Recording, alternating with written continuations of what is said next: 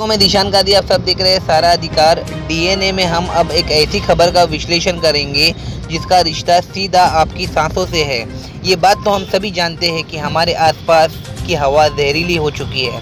हालांकि जबकि प्रदूषण की बात आती है तो हमारे देश का मीडिया दिल्ली और मुंबई जैसे बड़े शहरों में प्रदूषण की खबरें दिखाकर अपने संपादकीय जिम्मेदारियों से छुट्टी पा लेता है। लेकिन आज हम देश के उन शहरों की बात करेंगे जो प्रदूषण के सबसे बड़े शिकार है और जहां का प्रदूषण दिल्ली और मुंबई के मुकाबले बहुत ज़्यादा है। हमें ये बात समझनी होगी कि दिल्ली और मुंबई के बाहर भी भारत बसता है। WHO के कुछ सालों पहले की रिपोर्ट के मुताबिक मध्य प्रदेश के ग्वालियर दुनिया का सबसे ज़्यादा प्रदूषित शहर है। तीसरे नंबर पर यूपी का इलाहाबाद और छठे और सातवें नंबर पर पटना और रायपुर है, जबकि देश की राजधानी दिल्ली दुनिया के 11वें नंबर पर है। यानी प्रदूषण के मामले में टॉप 10 शहरों में दिल्ली और मुंबई नहीं बल्कि वो 4 शहर हैं जिनकी प्रदूषण की चर्चा हमारा मीडिया कभी नहीं करता। दुनिया के टॉप 20 प्रदूषित शहरों की एक लिस्ट में ईरान का ज़ाबिल शहर पहले नंबर पर है, 12वें नंबर पर पंजाब का लुधियाना, 15वें नंबर पर कानपुर, 16वें नंबर पर पंजाब का खाना शहर, 17 नंबर पर फिरोजाबाद, 18 नंबर पर यूपी की राजधानी लखनऊ है। शहरों की ये मार्किंग हवा में PM 2.5 के मात्रा के अनुसार PM 2.5 यानी पार्टिकुलेट मैटर हवा में मौजूद वो छोटे छोटे कण होते हैं जिसने विजिबिलिटी काफ़ी कम हो जाती है और वातावरण काफ़ी धुंधला हो जाता है।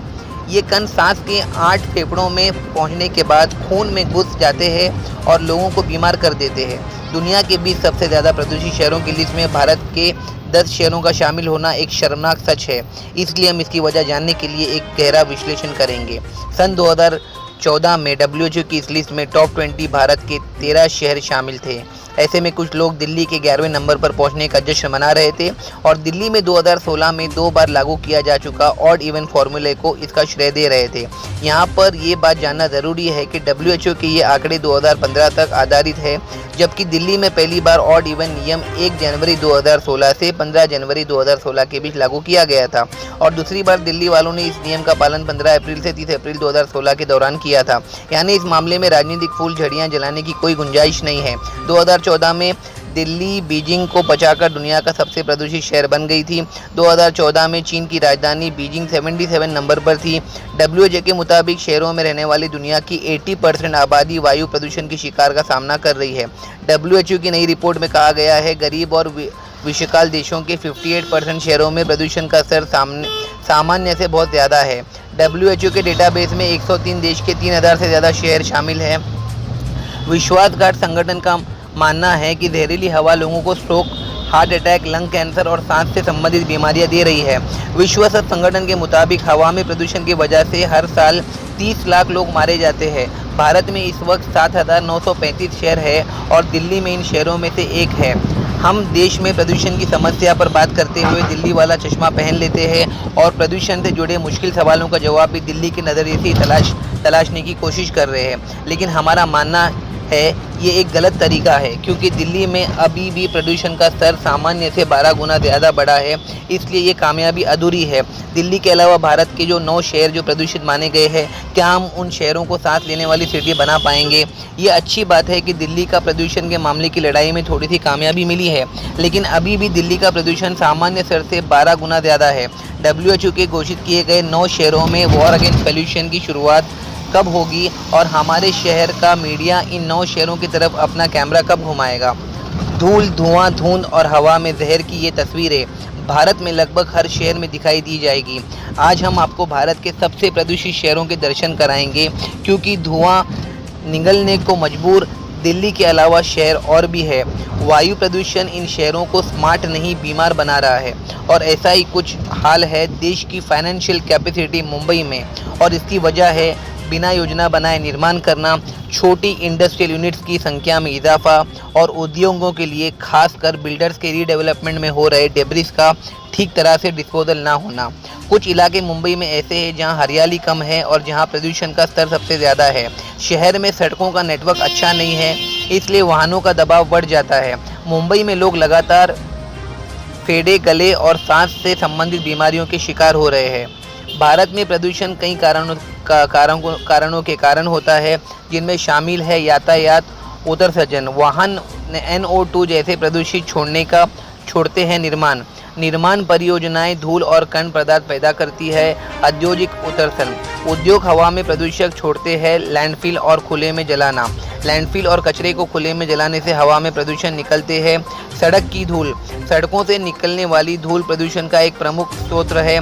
आर्थिक विकास, आर्थिक गतिविधि बढ़ाने से अधिक वाहन निर्माण और खपत होती है, जो सभी प्रदूषण में योगदान करते हैं। कचरा जलाना, कचरा जलाने से हवा में प्रदूषक तत्व फैलते हैं। जल प्रदूषण, अनौपचारिक सीवेज, कृषि अपवाह और अधिनियम लघु उद्योग जल को प्रदूषित करते हैं।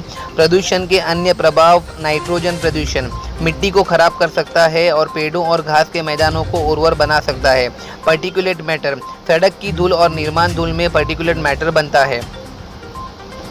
किरण दिवाकर, शिक्षा से सिविल इंजीनियर किरण दिवाकर 2013 में MCGM यानी मुंबई की CST बृहन्मुंबई महानगर पालिका में सहायक आयुक्त के रूप में काम कर रहे हैं। मूल रूप से नासिक जिले के सताना शहर के रहने वाले दिगावकर मुंबई को अपनी कर्मभूमि मानते हैं और शहर की बेहतरी के लिए अथक प्रयास कर रहे हैं। 2019 में G नॉर्थ वार्ड में तैनात होने से पहले दिगावकर ने मुंबई के A वार्ड में सहायक नगर आयुक्त के रूप में काम किया, जिसमें मुंबई के कुछ सबसे विशिष्ट क्षेत्र जैसे कोलाबा, कप परेड, चर्च गेट और CST साथ ही शहर के शामिल है। ईस्ट वार्ड झुग्गियों से भरा हुआ है। इससे दिगावकर को मुंबई के कई दगवेशियों का पता चला, झोपड़ी वासियों का पता चला। एशिया की सबसे बड़ी झुग्गी धारावी में वायरस पर अंकुश लगाने पर काम करना उनके लिए एक चुनौती के साथ साथ सीखने का अनुभव भी रहा है, जिसे अब धारावी मॉडल के नाम से जाना जाता है। उसे आकार देने का एक अभिन्न अंग दिवाकर ने इस पुस्तक में महामारी की अपनी यात्रा और अनुभव को लिखा है। मुंबई प्रेस क्लब में किरण दिवाकर और टीम ने एयर पोल्यूशन मुंबई सिटी में कैसे बढ़ रहा है और उसे कंट्रोल कैसे करना चाहिए, उसके इनिशिएटिव्स पर बात की। 12,000 से ज़्यादा बिल्डर्स के प्रोजेक्ट्स पूरे मुंबई में चलते रहते हैं, लेकिन बिल्डिंग के डेब्रिस को सही तरीके से डिस्पोज नहीं किया जाता और इस पर BMC एक इनिशिएटिव लेके काम करेगी। अनऑथोराइज्ड लॉबी अपना फ़ायदा उठाती है। BMC इस पर भी एक प्लान बना रही है कि डेब्रिस BMC के ऑफिशियल के द्वारा सही तरीके से डिस्पोज हो। एक सब्सिडाइज्ड रेट के राशि जो बजट में हो उसे तय करने का काम भी BMC के विचार में है। अवैध निर्माण पर रोक लगाने की भी स्ट्रेटजीज BMC बना रही है और इस पर पूरी टीम मिलकर काम करेगी और ये मिशन बहुत जल्द शुरू होगा ताकि मुंबईकर्स के फेफड़ों में ताज़ा हवा जाए और ना कि जहरीली हवा। ट्रीज प्लांट करने का महत्व क्या है, ये भी किरण दिवाकर ने बताया। देश और दुनिया की तमाम खबरों के लिए देखते रहिए सहारा अधिकार।